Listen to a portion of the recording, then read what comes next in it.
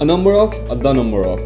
A number of সবসময় plural হয়, আর the number of always singular হয়। এখন আমরা নিচের দুইটি সেন্টেন্স দেখি।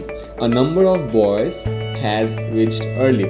A number of মানে প্লুরাল, তার মানে এখানে হ্যাজ হবে না, এখানে হবে হলো হ্যাড।